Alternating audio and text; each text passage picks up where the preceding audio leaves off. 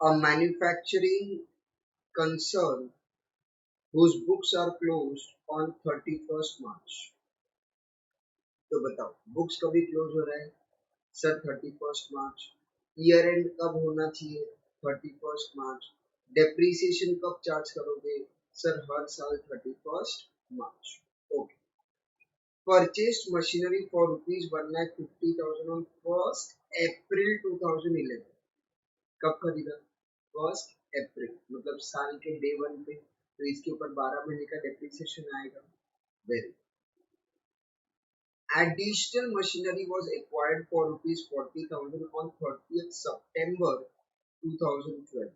30th September, अगर ये सितंबर में परचेज किया है तो वो भी सितंबर में 30th को, तो फिर सितंबर तो खत्म हो गया। अक्टूबर नवंबर दिसंबर जैन फेब मार्च मतलब इस पे डेप्रिसिएशन आएगा 6 month. And for ₹25,000 on 1st April 14।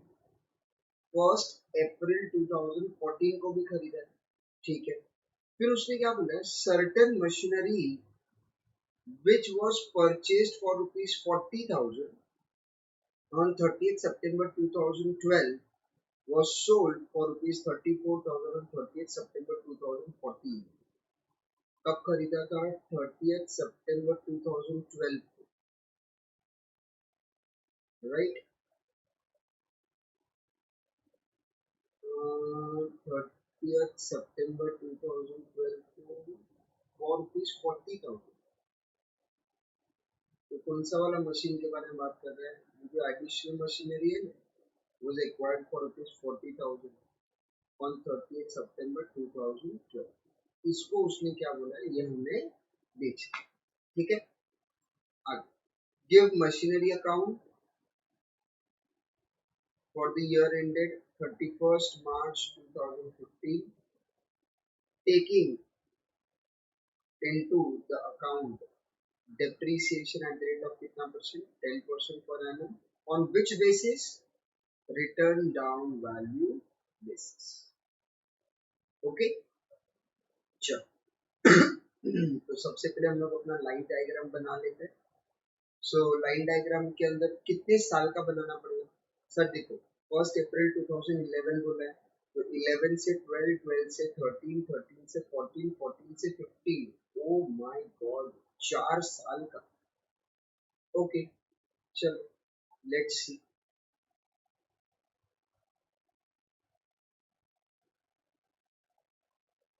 4 साल का बनाना है।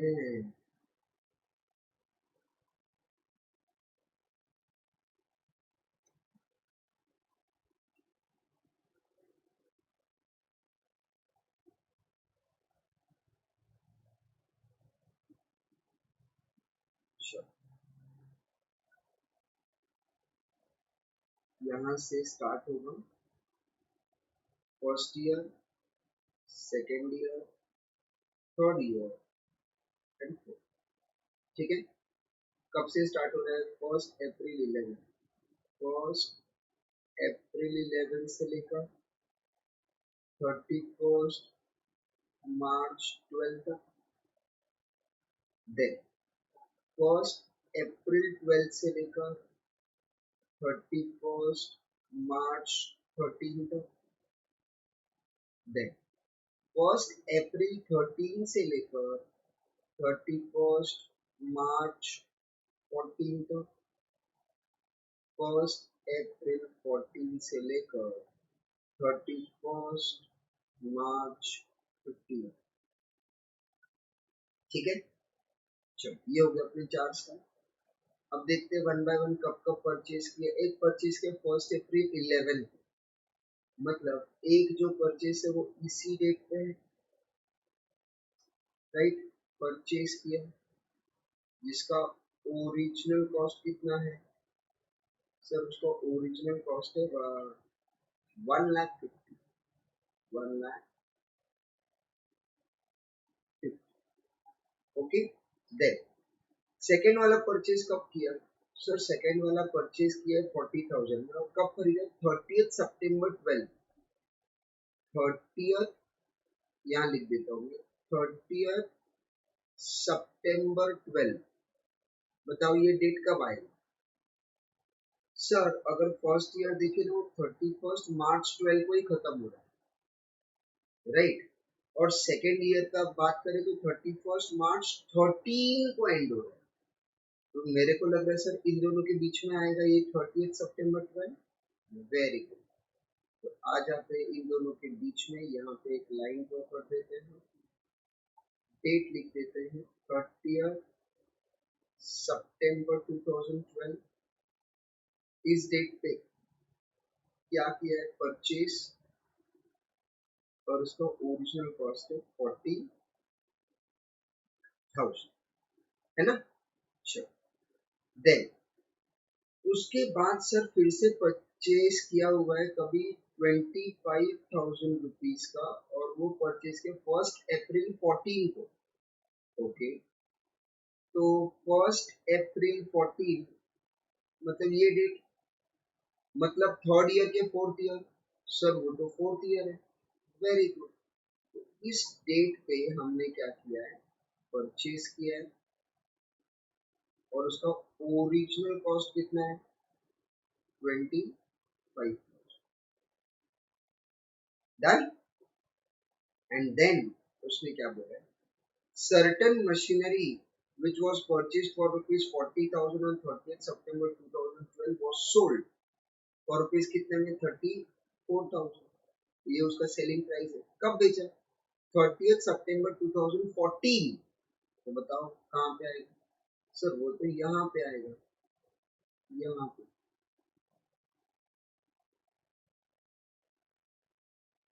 30th September 2014। क्या किया हम लोगों ने? सर सेल किया। जो बेचा उसका ओरिजिनल कॉस्ट कितना है? सर जो बेचा उसका ओरिजिनल कॉस्ट है 40,000, राइट? अब हमको और क्या क्या चाहिए? सर जो बेचा उसका सेलिंग प्राइस चाहिए, उसका डेप्रीसिएशन चाहिए, उसका WDV चाहिए, और हमको चाहिए उसका प्रॉफिट हुआ या लॉस। ये सब चीज हम लोगों को कैलकुलेट करना है, राइट? ठीक है। सेलिंग प्राइस तो चलो क्वेश्चन में दिया है, बताओ सेलिंग प्राइस कितना है? Sir 34,000, right? ओके, बोलो इसको कब खरीदा था? 30th September 2012 को। कब बेच रहे हो? 30th September 2014 को, राइट? चलो, अब क्या करेंगे इसका ना, जरा वर्किंग नोट करेंगे। क्या कर लेते हैं हम लोग इसका? Working note. ओके सर, आप वो डेप्रीसिएशन लिखना भूल गए। देखो मैं बताता हूँ आपको, हम लोग क्या करते थे, ये फर्स्ट ईयर एंड है, ये सेकेंड ईयर एंड है, ये थर्ड ईयर एंड है, और ये फोर्थ ईयर एंड है।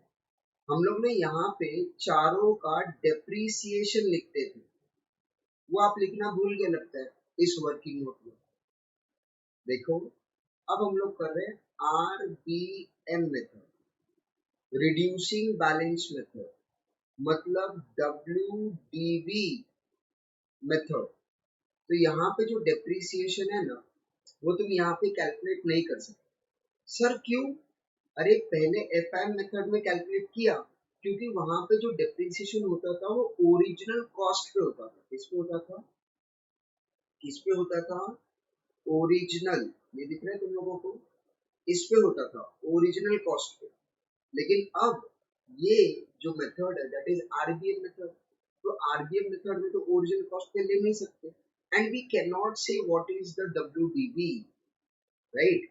तो इसीलिए यहाँ पे हम लोग डेप्रिसिएशन कैलकुलेट नहीं कर सकते, हर साल का उस टाइम पे ही कैलकुलेट करना पड़ेगा। ओके चलो, एज ऑफ नाउ तो पहले वर्किंग नोट बना लेते हैं हम लोग। वर्किंग नोट, चलो working note, calculation of profit और loss on sale of machinery on, कब बेच रहे हो? Sir 30th September 2014। Very good. Then original cost on 30th September 2012। जिस दिन खरीदा उस दिन का कॉस्ट सर 40,000। ओके ठीक है। अब जिस दिन खरीदा उस साल में मैंने कितने मंथ यूज किए, जिस दिन खरीदा उस साल में हम लोगों ने यहां से लेके यहाँ पे यूज किए, राइट। 30th सितंबर मतलब सितंबर के एंड में, राइट। तो कितना यूज किया, अक्टूबर नवंबर दिसंबर जैन फेब मार्च, मतलब यहाँ पे उसको यूज किया हम लोगों ने 6 मंथ। ओके फिर उसके बाद इस साल में कितना यूज किया सर, पूरे साल भर मतलब 12 मंथ। ओके और इस साल में कितना यूज किया, यहाँ से लेके यहाँ तक, राइट। मतलब 1 अप्रैल से लेके अप्रैल मई जून जुलाई अगस्त सितंबर 30th सितंबर, मतलब यहाँ पे भी 6 महीने यूज किए, राइट। तो उसको परचेज किया उस दिन से लेकर के जिस दिन सेल किया उस दिन तक। अगर मुझे डेप्रीसिएशन करना है तो पहले कितने महीने का आएगा, पहले आएगा 6 महीने का, फिर 12 महीने का, फिर वापस 6 महीने का। ओके चल, तो यहाँ लिख देते हैं अभी लेस क्या, डेप्रीसिएशन कितना, एट द रेट 10%। कितने महीने के लिए सर, 6 मंथ के लिए। कितने महीने के लिए, 6 मंथ, राइट। तो बताओ ये डेप्रीसिएशन किस पे कैलकुलेट होगा सर, वैसे तो बोलते हैं WDV मेथड, लेकिन पहले साल का है तो ओरिजिनल कॉस्ट भी वही आएगा, राइट। तो बोलो कितना आएगा सर, 40,000 इंटू 10% इंटू 6/12। सो कितना आ रहा है बताओ, 40,000 का 10% 4,000 इंटू 6/12 करेंगे तो आंसर विल बी 2,000। ओके तो इसका डेप्रिसिएशन आ गया 2,000। डन। तो बोलो what will be the value sir, value will be 38। 38,000 को क्या बोलेंगे सर, 38,000 को हम लोग बोलेंगे WDV as on first year end. First year end इस मशीन का क्या है सर, 31 मार्च 2030, राइट। चलो 6 महीने का डिप्री हो गया, अब 12 महीने का डिप्री करेंगे। So less depreciation at the rate of 10%, and this time it will be 12%, 12 month के लिए मतलब पूरे साल भर के लिए। और वो किस पे होगा सर, वो होगा इस 38,000, राइट। सो फटाफट जरा कैलकुलेट करके मुझे बताओ कितना आएगा sir, 38,000 into 10% into 12 divide by 12, तो कितना आएगा सर, ये आएगा 3,800। 3,800। सो बोलो what will be my WDV, 38,000 minus 3,800, right?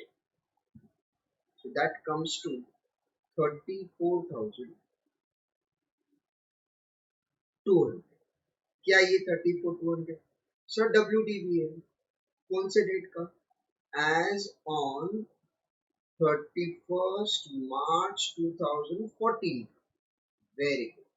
क्या हमने इस डेट पे बेचा है, नहीं सर, हम लोग ने तो और 6 महीने के बाद बेचा। तो चलो अब और 6 महीने का डेप्री कर ले। So less depreciation at the rate of 10% for 6 months। किस पे कैलकुलेट होगा, अब ये RBM मेथड है, रिड्यूसिंग बैलेंस, तो इस अमाउंट पे कैलकुलेट होगा। सो बोलो 34,200 उस पे 10% और उस पे 6 महीने 6/12, राइट। चलो तो क्या आएगा सर, 34,200 इंटू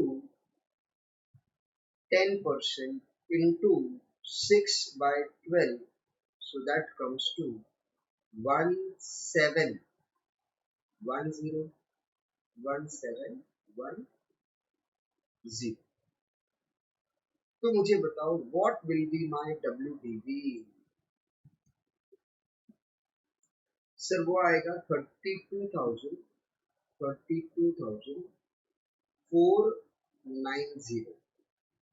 32,490। अच्छा ये क्या है सर? ये तो WDV है। कौन सा WDV? कौन से डेट का?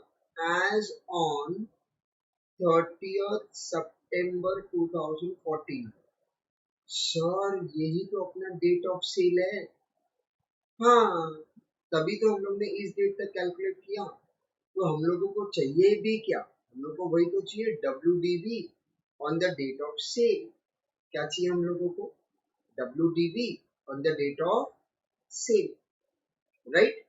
अब इसमें से हम लोग क्या माइनस करेंगे? सर अब हम लोग ना इसमें से माइनस कर देंगे सेलिंग प्राइस। Very good. तो what is selling price? Sir selling price है 34,000। चलो मेरे को बताओ 32,000 का आइटम था, तुमने 34 में बेचा, प्रॉफिट हुआ कि लॉस हुआ? सर प्रॉफिट हो गया। कितने का प्रॉफिट हुआ? सर 1510 का हम लोगों को क्या हो गया है? Profit, right. क्या हो गया हम लोगों को? प्रॉफिट। ओके। तो चलो फटाफट मुझे एक एक करके अमाउंट बता दो। डेप्रीसिएशन कितना है? सर अगर मैं डेप्रीसिएशन का बात करूं करंट ईयर का डेप्रीसिएशन बोले तो ये लास्ट वन, ये है अपना करंट ईयर का डेप्रीसिएशन 1710। ओके। WDV कितना है? सर 32,490। और अपना प्रॉफिट कितना है? 1510। सेलिंग प्राइस तो पहले लिख दिए, राइट। चलो ये सब फिगर भी लिख देते हैं। बोलो डेप्रीसिएशन 1710, WDV 32,490 और प्रॉफिट है 1510। चलो अब हम लोग देख लेते हैं what will be the journal entry at the time of sale. अच्छा सेल किया तो पहला एंट्री कौन सा करोगे? Sir depreciation. Very good. Journal entry क्या है? Journal entry will be depreciation account debit to machinery account, right. Okay. What will be the amount of depreciation? Sir depreciation का जो अमाउंट है that will be 1710। Very good. The amount of depreciation will be 1710। अच्छा अब cell किया तो उसका entry क्या लिखोगे? सर देखो कैश और बैंक अकाउंट डेबिट कर देंगे हम लोग, राइट। और यहाँ लिख देंगे टू मशीनरी अकाउंट, राइट। तो कैश और बैंक अकाउंट को डेबिट कर देंगे। अच्छा कैश बैंक अकाउंट को डेबिट कौन से प्राइस पे? सेलिंग प्राइस पे। मशीनरी को क्रेडिट कौन से प्राइस पे? Cost price. कॉस्ट प्राइस बोले तो WDV, राइट। चलो देख के मेरे को बताओ what is the selling price? 34। What is the cost price? 32,490। Selling price है 34 और उसका कॉस्ट बोले तो WDV है 32,490। ओके। सो सेलिंग प्राइस है 32,490, कॉस्ट प्राइस है 34, राइट। नहीं सर आपने उल्टा लिख दिया। ओके। सेलिंग प्राइस है 34 एंड कॉस्ट प्राइस है 32,490। तो जो बैलेंसिंग फिगर है दैट इज 1510 वो क्रेडिट में आ रहा है। तो यहाँ पे हम लोगों को क्रेडिट में लिखना पड़ेगा to profit and loss bracket में profit। तो अगर प्रॉफिट हुआ है तो P&L अकाउंट क्रेडिट होगा, लॉस हुआ रहेगा तो P&L अकाउंट डेबिट होगा, राइट। ओके। अब बहुत सारे स्टूडेंट्स को ना इस जर्नल एंट्री को लेजर में पोस्ट करने के लिए ना बहुत ज्यादा प्रॉब्लम होता है। तो व्हाट वी विल डू, हम लोग ना इसी जर्नल एंट्री को मैं दो पार्ट में स्प्लिट कर देता, इस जर्नल एंट्री को दो पार्ट में स्प्लिट कर देता। ठीक है, कैसे स्प्लिट करेंगे? तो देखो, पहला वाला जो है वो सेलिंग प्राइस पे स्प्लिट करेंगे, दूसरे वाले को स्प्लिट करेंगे प्रॉफिट में, राइट। तो अब हम लोग क्या करेंगे, इस एक एंट्री को पास ही नहीं करेंगे, हम बात करेंगे ये दो जर्नल एंट्री का। एग्जाम में तुम कैसे भी करो, कुछ भी करो, आंसर आने से मतलब है, बट आई सपोज कि तुम लोग को ये दो जर्नल एंट्री वाला थोड़ा इजी रहेगा। कैसे करना है मैं बता देता हूँ, ट्राई टू अंडरस्टैंड। अब मुझे बताओ सेलिंग प्राइस कितना है? सर सेलिंग प्राइस है 34,000। अच्छा, बेच के क्या मिलेगा? सर पैसा मिलेगा। तो जर्नल एंट्री आएगा कैश और बैंक अकाउंट डेबिट 34,000, राइट। अच्छा, मुझे बताओ प्रॉफिट हुआ कि लॉस? वो ऑलरेडी तुम लोग को ये वर्किंग नोट में तो पता चल गया रहेगा कि प्रॉफिट हुआ है लॉस। बोलो क्या हुआ है? सर प्रॉफिट कितने का? 1510 का, राइट। अच्छा, मुझे बताओ प्रॉफिट हुआ तो पीएनएल अकाउंट क्या होना चाहिए? सर प्रॉफिट हुआ तो पीएनएल अकाउंट क्रेडिट होना चाहिए, तो यहाँ पे आ जाएगा to profit and loss account credit 1510, right. तो अब हम लोगों को यहाँ पे डेबिट मालूम है, यहाँ पे क्रेडिट मालूम है, तो बताओ अब क्या बेचा हमने? मशीनरी, यहाँ पे आ जाएगा टू मशीनरी अकाउंट। जो प्रॉफिट लॉस हुआ है वो किस पे हुआ है? मशीनरी पे, तो यहाँ पे machinery account will get debited. समझा? तो एकदम सिंपल है। तो अब तुम लोगों को क्या करना पड़ेगा, अगर सेल हुआ है, अगर सेल हुआ है तो तीन एंट्री करना पड़ेगा। कौन सा वाला? पहला जो अपना फेवरेट है, depreciation, depreciation to machinery, right. दूसरा उसके सेलिंग प्राइस का, सेलिंग प्राइस का कैश बैंक टू मशीनरी। तीसरा उसके प्रॉफिट या लॉस का, प्रॉफिट है तो machinery account debit to PNL. अगर यही प्रॉफिट के जगह पे लॉस होता तो सर एंट्री उल्टा हो जाता, PNL account debit to machinery, क्योंकि लॉस हुआ तो पीएनएल अकाउंट डेबिट होगा, राइट। तो आई विल सजेस्ट यू कि तुम ये वाला एंट्री मत करो। सर आप क्यों ऐसे सजेस्ट कर रहे हो? क्योंकि ना बहुत सारे स्टूडेंट्स को ना इसमें कंफ्यूजन होता है। अब अगर तुम लोग इसका लेजर पोस्टिंग करना चाहते हो तो तुम खुद करके उसका लेजर पोस्टिंग देख लो, थोड़ा सा डिफिकल्ट होगा, ठीक है। सो आई विल रिकमेंड कि तुम सेलिंग प्राइस का एंट्री अलग से करो और प्रॉफिट लॉस का एंट्री अलग से करो। सेलिंग प्राइस का तो एक ही एंट्री आएगा, cash bank account debit to machinery, क्योंकि बेचोगे तो पैसा मिलने वाला है, तो एंट्री आएगा कैश बैंक टू मशीनरी। लेकिन डिपेंड करता है यहाँ पे प्रॉफिट हो रहा है या लॉस हो रहा है। प्रॉफिट हो रहा है तो मशीनरी टू पीएनएल, लॉस हो रहा है तो PNL account debit to machinery account, simple. Clear? चल, तो ये वाला पॉइंट भी अपना क्लियर हो गया है। अब हम लोग आ जाते हैं लेजर, ठीक है। अब ये अगर मैं पूरे वर्किंग नोट का बात करूं, इस वर्किंग नोट का अगर मैं बात करूं, तो हम लोगों को हर एक जर्नल एंट्री बहुत अच्छे से आता है। अब तो ये भी पता चल गया कि journal entry sir chronological order में होता है, तो डेट के हिसाब से आएगा। तो अगर मैं यहाँ पे डेट के हिसाब से बात करूँ तो सबसे पहला एंट्री कब आएगा? सर सबसे पहला एंट्री यहाँ पे आएगा क्योंकि परचेज किया, फिर ना एंट्री यहाँ पे आएगा क्योंकि ईयर एंड का डिप्रीसिएशन आएगा, फिर यहाँ पे आएगा क्योंकि हमने परचेज किया है, फिर यहाँ पे आएगा सेकेंड ईयर एंड हो रहा है, थर्ड ईयर में कोई परचेज नहीं है, कोई सेल नहीं है, डायरेक्टली डिप्रीसिएशन आएगा ईयर एंड पे, फिर उसके बाद ये सेल का एंट्री आएगा, और नहीं सॉरी, इसके बाद ये परचेज का एंट्री आएगा, कौन से डेट पे? 1 अप्रैल 2014 पे, फिर ये सेल वाला एंट्री आएगा 30 सितंबर 14 को, और सबसे लास्ट में ये लास्ट वाला ईयर एंड का डिप्रीसिएशन आएगा, राइट। तो जर्नल एंट्री परचेज का सबको मालूम है, machinery account debit to cash bank. Depreciation का सबको मालूम है, depreciation account debit to asset account या टू मशीनरी अकाउंट। सेल का अब मैंने तुम लोगों को बता दिया, तीन एंट्री करना है, पहला डेप्रीसिएशन, दूसरा सेलिंग प्राइस, तीसरा प्रॉफिट या फिर लॉस। डेप्रीसिएशन का क्या आएगा? Depreciation to machinery. Selling price का क्या आएगा? Cash bank to machinery. Profit का क्या आएगा, machinery account debit to PNL, loss का क्या आएगा, PNL account debit to machinery account, बराबर है।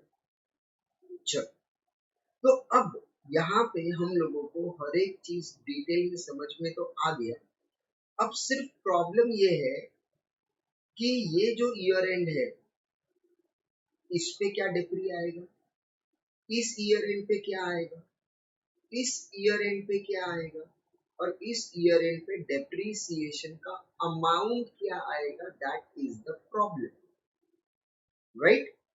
तो अब उसको कैसे करें, अगर मैं पिछले वाले मेथड का बात करूं, अगर हम लोग एफआईएम मेथड का बात करें, फिक्स इंस्टॉलमेंट मेथड का, तो देखो इसको ध्यान से, अगर हम लोग इसको ध्यान से देखें तो यहाँ पे ना हम लोग सबका सब डेप्रीसिएशन हर साल का कैलकुलेट कर देते थे। देखो फर्स्ट ईयर का डेप्रीसिएशन इतना आएगा, सेकंड ईयर का डेप्रीसिएशन इतना आएगा, थर्ड ईयर का डेप्रीसिएशन इतना आएगा, तो वर्किंग नोट में ही हम लोगों को सब डेप्रीसिएशन का अमाउंट भी पता होता था। बट यहाँ पे वो पॉसिबल नहीं है, यहाँ पे हम लोग डेप्रीसिएशन कैलकुलेट नहीं कर सकते, राइट। तो यहाँ पे अब हम लोगों को क्या करना पड़ेगा, डिपेंडिंग ऑन ईयर के हिसाब से हम लोग को डेप्रीसिएशन कैलकुलेट करना पड़ेगा। ओके, चलो तो फिर यहाँ पे हम लोग क्या करते हैं, मैं यहाँ पे मशीनरी अकाउंट बना देता हूँ। ओके, चलो मशीनरी अकाउंट मैंने यहाँ पे रेडी कर लिया है। अब देखते हैं इसका पोस्टिंग कैसे है। ओके, चलो तो सबसे पहला जर्नल एंट्री, अच्छा मैं यहाँ पे डेप्रीसिएशन अकाउंट नहीं बना रहा हूँ। ओके, अज्यूमिंग कि डेप्रीसिएशन अकाउंट अब तुम लोग आराम से बना पाओगे, ठीक है। चलो सबसे पहला एंट्री, फर्स्ट क्या डेट आएगा, 1 अप्रैल 11 परचेज किया। चलो परचेज की एंट्री बताओ, machinery account debit to cash bank, date क्या आएगा बताओ sir, 1 April 11 machinery account debit to cash और बैंक अकाउंट, और अमाउंट आ जाएगा 1,50,000। ओके, चलो उसके बाद अगर ध्यान से देखोगे तो पूरे साल भर में कोई भी ट्रांजैक्शन नहीं है, कोई परचेस नहीं है, कोई सेल नहीं है, तो at the end of the year क्या चार्ज करेंगे, डेप्रीसिएशन। तो एंड ऑफ द ईयर बोले तो 31 March 2012 by depreciation account, right. Depreciation का जनरल टिका था depreciation account debit to machinery, तो डेप्रीसिएशन अकाउंट के डेबिट में जाएगा और मशीनरी अकाउंट के क्रेडिट में जाएगा, राइट। चलो अब अमाउंट कैसे आएगा, सर एक ही मशीन है 1,50,000 का, उसके ऊपर 10% कितने महीने के लिए, सर फॉर 12 मंथ्स। ये क्यों 12 मंथ, अरे देखो ना सर कभी खरीदा है 1 अप्रैल को, और कब चार्ज करें depreciation, and of the year, पूरे 12 महीने होते हैं ना। ओके, तो अमाउंट कितना आएगा 1,50,000 पे 10%, दैट कम्स टू 15,000। चलो फर्स्ट ईयर एंड हो गया, याद रखना डेप्रिसिएशन अकाउंट तुम लोगों को बनाना है, और डेप्रिसिएशन में जो भी बैलेंसिंग फिगर है will be transfer to PNL, तो उसको ट्रांसफर करने के लिए भूलो मत। ओके, चलो तो ईयर एंड पे अब हम लोग क्या करेंगे, बाय बैलेंस कैरी डाउन, तो अगर इसको टैली करेंगे तो this will be 1,50,000, this will be 1,50,000, और यहाँ पे आ जाएगा बैलेंसिंग फिगर 1,35,000, राइट। ये जो बैलेंस कैरी डाउन है अगले साल में, नेक्स्ट ईयर में 1 अप्रैल 2012 को क्या बन जाएगा, टू बैलेंस ब्रॉट डाउन, कितना 1,35,000। Clear, okay. अब जो मैं बात बोल रहा हूँ एकदम ध्यान से सुनना, वेरी इंपॉर्टेंट। मुझे बताओ खरीदा कितने में, सर 1,50,000, उस पर डेप्री कितना, सर 15,000। तो जब हम लोग ओरिजिनल कॉस्ट में डेप्रीसिएशन माइनस करते हैं तो बताओ हमको क्या मिलता है, सर डब्ल्यूडीवी। तो क्या मैं बोल सकता हूँ ये 1,35,000 ये जो बैलेंस कैरी डाउन है वही WDV है? हाँ सर बोल सकते हैं ना, वही तो WDV है। तो मेरा बोलने का मतलब वही है कि ये जो बैलेंस ब्रॉट डाउन होता है ना, it is nothing but what, it is WDV। It is what? WDV। Clear? इसका मतलब ये हुआ कि अब सेकेंड ईयर का जो डेप्रीसिएशन कैलकुलेट करना है वो इस 1,35,000 पे कैलकुलेट करना पड़ेगा। Are you understanding? तो ये जो बैलेंस ब्रॉट डाउन होता है वो balance brought down itself is written down value WDV, जिसपे हम लोगों को क्या कैलकुलेट करना है? डेप्रीसिएशन। ओके चलो, अब सेकेंड ईयर का अगर मैं बात करूं, सेकेंड ईयर का, तो सेकेंड ईयर में क्या हम लोग ने और कुछ परचेज किया है क्या? हाँ सर, ये देखो ना यहाँ पे हम लोग ने एक परचेज किया है। कब परचेज किया? 30 सितंबर 2012। तो यहाँ पे आ जाएगा 30 सितंबर 2012 टू कैश और बैंक अकाउंट, जर्नल एंट्री भी machinery account debit to cash और बैंक अकाउंट, और अमाउंट कितना आ जाएगा? 40,000। राइट? चलो, और कोई ट्रांजैक्शन है क्या? नहीं सर, अब ईयर एंड पे डेप्रीसिएशन आएगा। चलो आ जाते हैं ईयर एंड पे डेप्रीसिएशन। 31 मार्च 2013 बाय डेप्रीसिएशन अकाउंट। अच्छा अब मुझे बताओ डेप्रीसिएशन कौन से अमाउंट पे करोगे? सर अब ना डेप्रीसिएशन हम लोग दो अमाउंट पे करेंगे। कौन सा दो अमाउंट? सर देखो, एक तो ये 1,35,000 का, मतलब अपना WDV, और सर ये 40,000 का देखो हमने ना नया खरीदा है, नया। तो नए वाले पे डेप्रीसिएशन अलग से एक्स्ट्रा लेना है। ओके, तो बताओ कैसे कैलकुलेशन करोगे? सर देखो, पहले क्या करेंगे, 1,35,000 पहले वाले का WDV है, उसके ऊपर 10% ले लेंगे, और वो ओल्ड है तो उसके ऊपर आ जाएगा 12 मंथ का डेप्रीसिएशन। बराबर? So that comes to 13,500। अगर दूसरे वाले का बात करें तो वो है 40,000 का, और वो इसी साल में खरीदा है, तो उसके ऊपर 10% और चेक करना पड़ेगा कि कितना मंथ यूज किया, कब खरीदा? 30 सितंबर को, सितंबर तो खत्म हो गया, अक्टूबर नवंबर दिसंबर जैन फेब मार्च, मतलब 6 month. So into 6 divided by 12, so that comes to 4,000 का 10%, 4,000, उसका हाफ बोले तो 2,000। बोलो what will be my amount of depreciation? So depreciation का अमाउंट आ जाएगा 15,500। 15,500। सेकेंड ईयर खत्म हो गया, उसी डेट पे आ जाएगा bye balance carried out. Right? चलो टैली करेंगे, तो इसका टोटल लिख लेंगे यहाँ पे, इसका टोटल यहाँ पे लिख लेंगे, and then what will be the balancing figure? So 1,35,000 plus 40,000, 1,35,000 plus 40,000, total कितना आ रहा है? सर टोटल आ रहा है 1,75,000 minus 15,500, so that gives you 1,59,500। Okay, तो बोलो ये कौन से डेट पे था? 31 मार्च 13। तो what will be the next year first date? 1 April 2013। जो कैरिड डाउन था वो क्या बन जाएगा? To balance brought down. To balance brought down कितना आएगा? 159,500। और इसी के साथ अपना थर्ड ईयर स्टार्ट हो गया।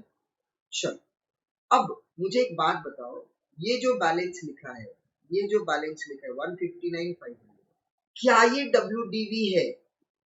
हाँ सर बिल्कुल, ये तो WDV ही है, ये तो WDV ही है। Very good. तो क्या इस पे डिप्री आएगा? यस सर, इसी पे डिप्री आएगा। ओके, अच्छा मुझे बताओ इस WDV के अंदर एक मशीन है कि दो? सर इस WDV के अंदर तो सर दो मशीन है ना। अगर आप एक बोलोगे तो वो एक मशीन ही था 1,50,000 का, और तुमने यहाँ पे कितना लिखा है? 1,59,000।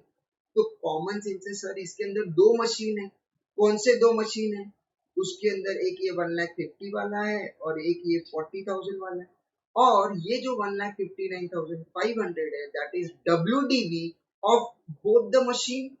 तो अगर अगर मैंने इस अमाउंट पे डेप्रिसिएशन कैलकुलेट किया तो ऑटोमेटिकली वो दोनों भी मशीन पे डेप्रिसिएशन कैलकुलेट करेगा, राइट। तो अगर मैं थर्ड ईयर पे आ जाता हूँ, सो थर्ड ईयर पे अगर मैं ध्यान से देखूं तो पूरे के पूरे थर्ड ईयर में there is no purchase, there is no sale, तो डायरेक्टली ईयर एंड पे क्या चार्ज करना पड़ेगा, depreciation.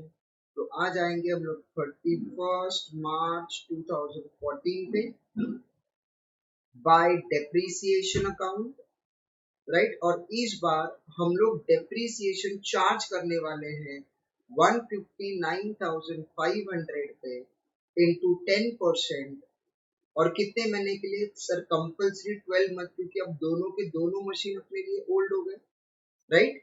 So 159,500 into 10% that gives me 1,59,500 into 10% comes to 15,950. Okay, चल, क्या हम लोगों ने थर्ड ईयर में कोई एडिशनल नया परचेज किया है, सर नहीं किया है, तो उस पर अलग से डिप्रिसिएशन नहीं आएगा। जैसे अगर तुम लोग यहाँ पे ध्यान से देखोगे तो हम लोगों ने क्या किया था, ये 1,35,000 पे डिप्रिसिएशन लिया था जो ओपनिंग WDV था, ओपनिंग बैलेंस था, प्लस 40,000 पे डिप्रिसिएशन अलग से लिया था क्योंकि वो एडिशनल परचेज था। सिमिलरली इस थर्ड ईयर में क्या हम लोग ने कोई एडिशनल परचेज किया है, क्या कोई एक्स्ट्रा परचेज किया है, तो उस पर कोई भी एडिशनल डेप्रिसिएशन लेने का कोई जरूरत नहीं। क्लियर, चल, तो इसी के साथ ये साल यहीं पे एंड हो गया है। तो अब हम लोग कैलकुलेट कर लेते हैं what is the balance carried out. So bye balance carried, तो अगर मैं टोटल का बात करूं तो यहाँ पे टोटल तो यही आ जाएगा, right. So what will be the balancing figure, minus करो 159,500 माइनस 15,950, कितना आ रहा है सर, वो आ रहा है 143,550, 1,43,550। ओके, तो जो कैरिड डाउन है वो नेक्स्ट ईयर में क्या बन जाएगा, ब्रॉड डाउन। क्या डेट आएगा sir, 1 April 2040 to balance brought down, कितना 143,550।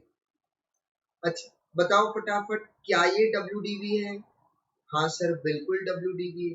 अच्छा इस WDV में कितने मशीन है, सर वही दो मशीन है, क्योंकि अब तक हम लोग ने और कोई परचेस नहीं किया ना तो हमने कोई सेल किया, तो वही दो मशीन रहेगा।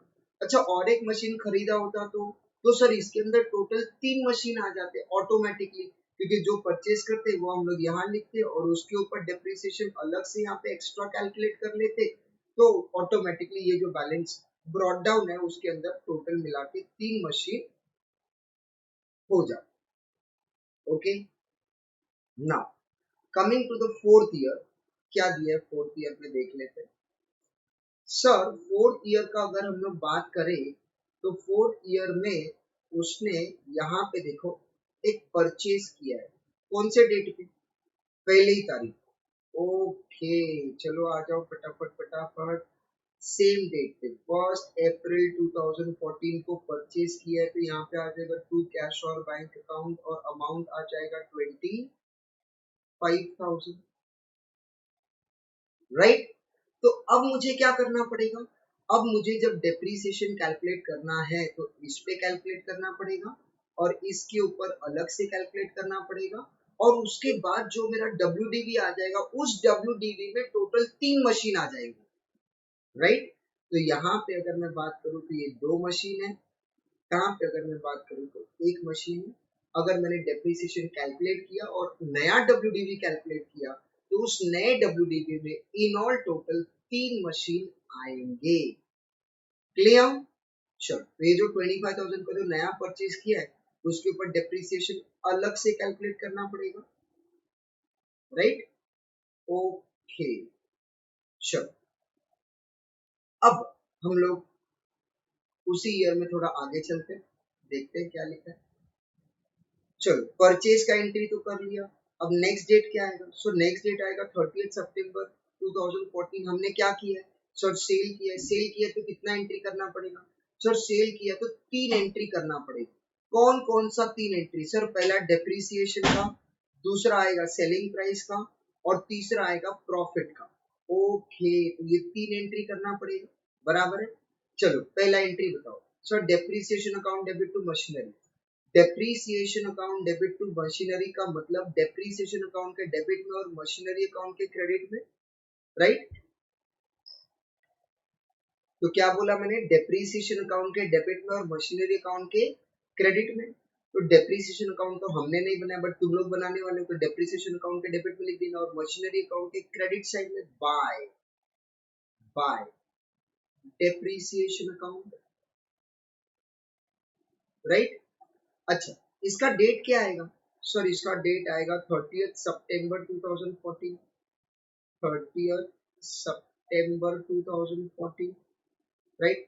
डेप्रिसिएशन का अमाउंट कितना है सर? 1710, 1710, बराबर है। अच्छा, ये कौन सा वाला डेप्रिसिएशन है? अगर मैं नॉर्मल कॉमन सेंस का बात करूं सर, ये है ना डेप्रिसिएशन ऑन मशीनरी सोल्ड। जो मशीन हमने बेचा ना सर, उसका डेप्रिसिएशन।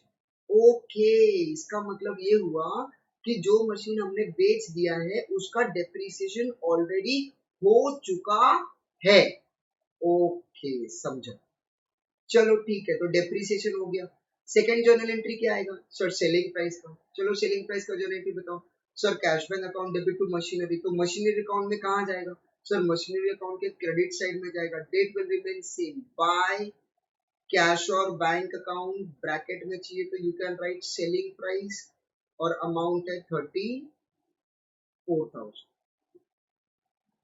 क्या अमाउंट है सेलिंग प्राइस का? 34,000, राइट? और इसका सेकंड इफेक्ट कहाँ जाएगा? कैश बैंक अकाउंट के डेबिट में। तो कैश बैंक अकाउंट तो हम लोग नहीं बना रहे, तो जस्ट स्किप दैट, राइट? चलो, नेक्स्ट जर्नल एंट्री क्या है? Machinery account debit to PNL, मतलब मशीनरी अकाउंट के डेबिट साइड में डेट क्या आएगा सर? 30 सितंबर, वही डेट जिस डेट पे बेचा, to profit and loss account, bracket में आ जाएगा प्रॉफिट। कितना आएगा अमाउंट सर? 1510। सर यही अगर लॉस होता तो जर्नल एंट्री क्या होता? PNL account debit to machinery, तो मशीनरी अकाउंट के क्रेडिट में आ जाता। सेम डेट लिखेंगे बाय पीएनएल अकाउंट, ब्रैकेट में लॉस। क्लियर? ओके, तो हम लोग ने सेल किया, सेल का 3 एंट्री किया, 3 एंट्री का अपने लेजर पोस्टिंग कर दिया। पहला डेप्रिसिएशन, दूसरा सेलिंग प्राइस, तीसरा उसका प्रॉफिट या लॉस। इसी के साथ सेल का काम यहाँ पे एंड। ओके, चलो, सेल के बाद क्या आएगा सर? सेल के बाद आएगा ईयर एंड। ईयर एंड का डेप्रिसिएशन। ओके, तो आ जाते हैं हम लोग ईयर एंड पे। 31 मार्च 2015 को डेप्रिसिएशन फिर से करना पड़ेगा sir, bye depreciation account, right? चलो, अब डेप्रिसिएशन कैसे करेंगे सर? डेप्रिसिएशन करेंगे ऐसे, 1,43,550, उसके ऊपर 10% ओल्ड है तो फिर टोटल 12 मंथ का, प्लस 25,000 वाला नया खरीदा तो 25,000 पे 10%। और वो नया परचेज किया तो चेक करना पड़ेगा कितने महीने का, कब परचेज किया सर? उसको परचेज किया हम लोगों ने 1 अप्रैल 14 को। अप्रैल में जून जुलाई अगस्त सितंबर अक्टूबर नवंबर दिसंबर जैन फेब मार्च, पूरा 12 महीना यूज किया, राइट? तो यहाँ पे आएगा 10%, 10% for how many months? 12 months, बराबर है। ओके, तो बताओ आंसर कितना आएगा सर? ये आ जाएगा 14,355, और सर ये आ जाएगा 2500। Very very good. लेकिन मुझे सिर्फ एक बात बताओ, मुझे एक बात बताओ, इसके अंदर कितना मशीन है? सर 2। इसके अंदर सर 1। टोटल मिला के 3। तो मुझे ये बताओ, ये जो डेप्रीसिएशन है वो टोटल कितने मशीन का है? सर 3 मशीन का है।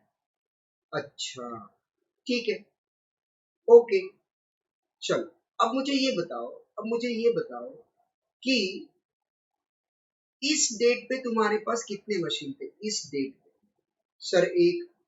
ओके। इस डेट पे कितने थे? सर 2। अच्छा, इस डेट पे कितने थे? सर 2। ओके। इस डेट पे कितने थे? सर इस डेट पे ना 2 ही है। कैसे? अरे सर देखो, पहले 2 था, फिर 1 खरीदा, 3 हो गया, फिर 1 बेचा तो फिर से 2 हो गया। अच्छा, मतलब इस डेट पे मेरे पास सिर्फ 2 ही मशीन है। कौन कौन सा वाला? एक 1,50,000 वाला और एक जो अभी नया खरीदा वो वाला। ये तो हमने बेच दिया। अच्छा, तो मुझे सिर्फ एक बात बताओ, अगर तुम्हारे पास 2 ही मशीन है तो क्या तुम यहाँ पे 2 मशीन का और यहाँ पे 1 मशीन का टोटल 3 मशीन पे डेप्रीसिएशन कैलकुलेट कर सकते हो क्या? सर मशीन ही 2 है, तो कैसे करेंगे 3 मशीन पे डेप्रीसिएशन? वो तो रॉन्ग है। हाँ, मैं वही तो तुम लोग को बताने का कोशिश कर रहा हूँ कि ऐसे करोगे तो वो रॉन्ग होगा। सर फिर कैसे करें? देखो, मैं क्या बोल रहा हूँ, जो हमने मशीन बेचा उसका डेप्रीसिएशन ऑलरेडी हो चुका है।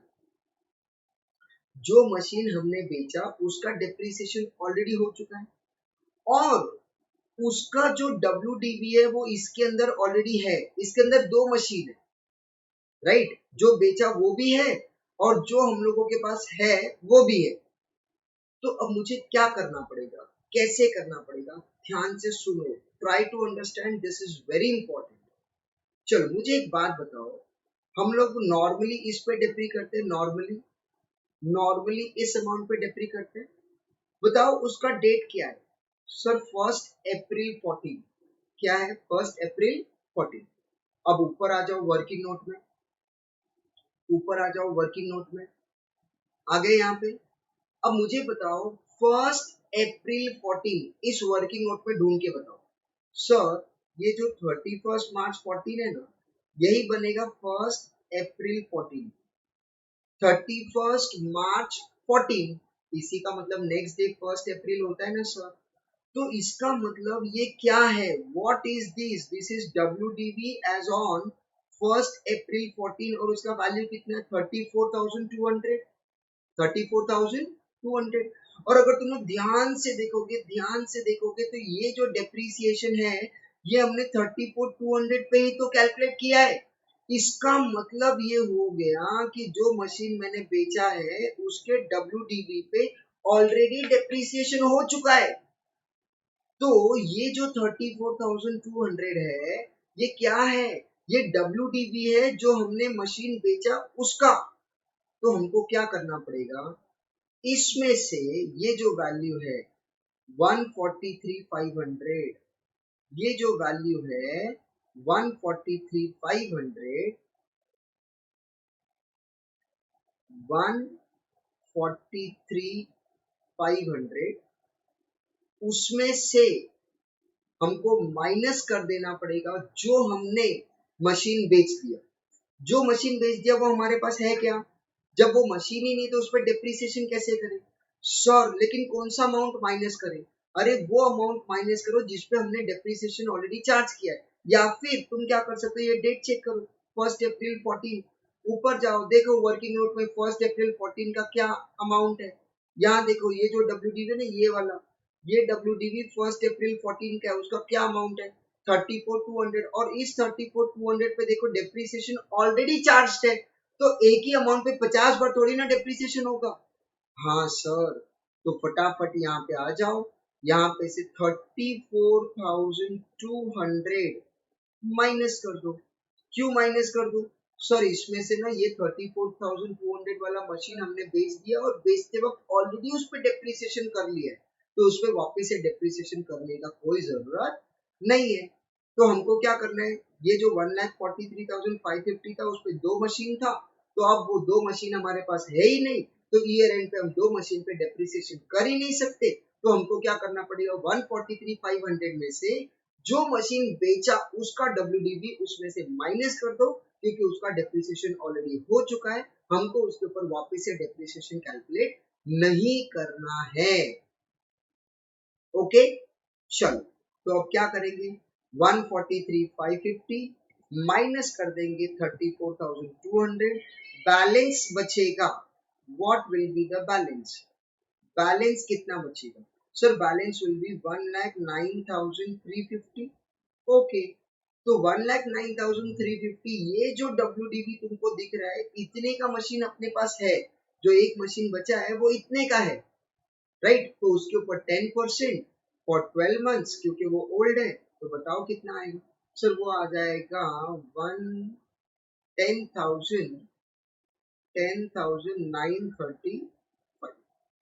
ओके, तो बोलो 10,935 प्लस 2,500 कितना आएगा सर, अमाउंट आएगा 13,435। खत्म हो गया ईयर एंड का डिप्रिसिएशन। अब क्या करेंगे, अकाउंट को टैली कर देंगे and we will calculate by balance carried down.